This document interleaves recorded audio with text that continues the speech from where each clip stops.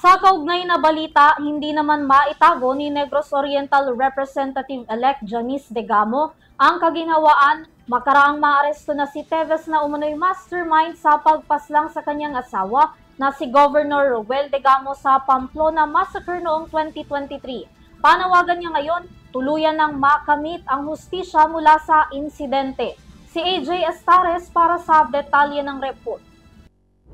Ni Pamplona Mayor at Negros Oriental Representative-elect Janice Degamo na isang mahalagang tagumpay sa kanilang laban para sa hustisya ang pagkakaaresto ni Arnie Teves sa Timor-Leste noong Martes ng gabi.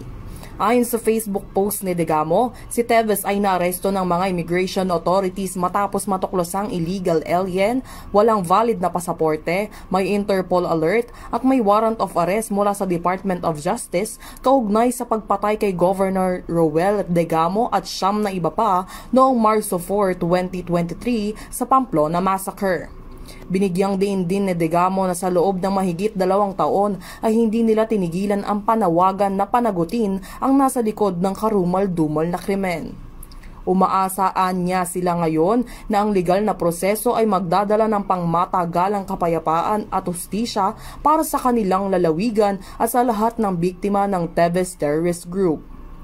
Mariing tinanggi noon ni Teves, dating kongresista ng Negros Oriental, ang mga paratang laban sa kanya. Samantala, patuloy ang panawagan ng mga kaanak ng biktima at ng publiko para sa mabilis at patas na hustisya. Para sa EuroTV News, AJ Estares, sumasaludo sa bawat Pilipino.